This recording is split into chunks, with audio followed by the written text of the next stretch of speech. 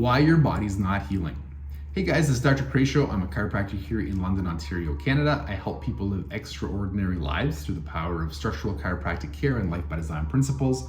And on today's video, we're going to be talking about one of the reasons, and apply it to other things in your life, why your body might not be healing and recovering. So what I'm going to do is I'm going to take you over to the television over there, and I have an examination of a practice member on there that we reviewed her latest set of examinations just recently, and thankfully she's doing a lot better, which is great. But I want to point out one important metric that we're measuring, and then help you apply it to other aspects of your life, because this is what I'm noticing in my life and in the people that we take care of as well. But before we do that, it's important that we talk about the healing process in general.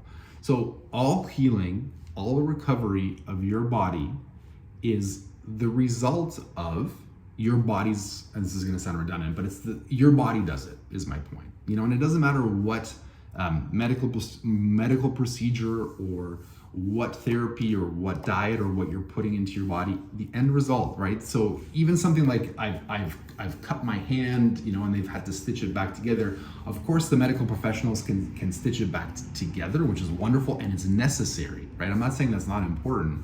I am saying that the healing happens when my body lays new tissue down, right? So it always comes back to my body's or your body's natural ability to heal and recover. That's important in what I'm going to say, but it's also important that you understand that your brain and your spinal cord, because those are the coordinators of all the systems in the body, are central to that. Specifically the brain, since the brain powers your body and provides energy to all of the different things that your body needs. So with that in mind, let's go over and let me show you what I wanted to show you for today. So one of the things that we measure is surface EMG, so the muscles around the spine. And we're going to be paying attention to this number here, total energy. I know that it's backwards for you, but that says 448, and then the latest examination says 271. And here's what this means, and here's why that's important. That's a percentage.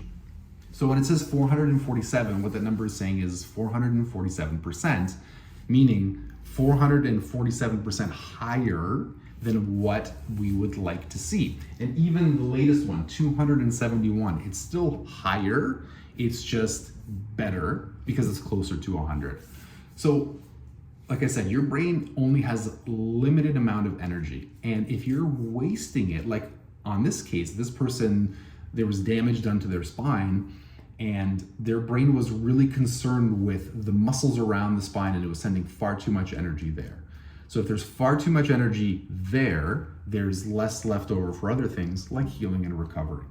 And by helping her spine move better, by helping the nervous system function better, one of the things that her body was able to do was liberate some of that energy. And as a result, she's doing better and she's getting healthier. Not perfect, just better and healthier. She's better now than she was when she first came into the practice.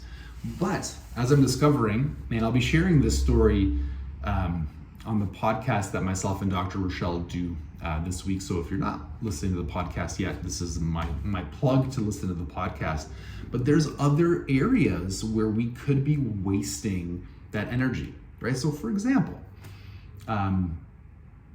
one of the habits that I got out of doing, thankfully, because I realized that it wasn't doing me any good, is I would wake up in the morning, I would do my journaling, and then I would open my phone and I would start scrolling through my phone. And because this is such a sensitive political time, I noticed that I was getting really angry at some of the things that people were saying. And then a lot of my energy would get tied up in that anger. Anger takes up a lot of your body's energy. And the more of your body's energy that goes towards something like that, the less left over for other things. And now as a result, it takes you longer to heal, right? If you're wasting your energy on things like, sorry, I shouldn't say wasting because it's not wasting, but if you're using your energy for things like anxiety or, other things that are consuming your mind and getting you away from your body healing and recovering, all I'm saying is to consider that as a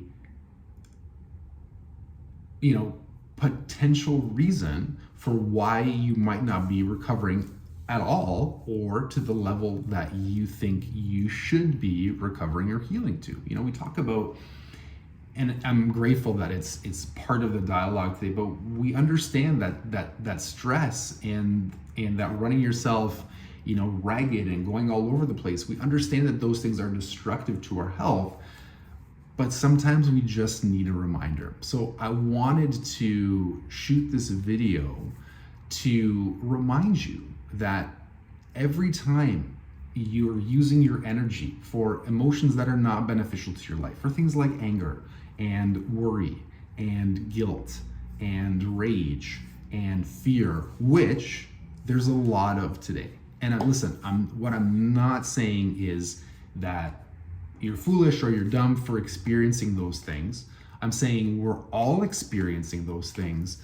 We should become more conscious that we are, and try to look for ways to reduce or completely eliminate the things that are causing these things, so that so that more of that internal energy that we have and that internal strength is left over for things like healing and recovering. And I know that our health will improve if we do that, okay? If you have any comments or questions, please leave them below. Hope that made sense. I guess I'll find out when my wife watches the video how much sense I made, but I hope you're having a great day, and I'll talk to you soon.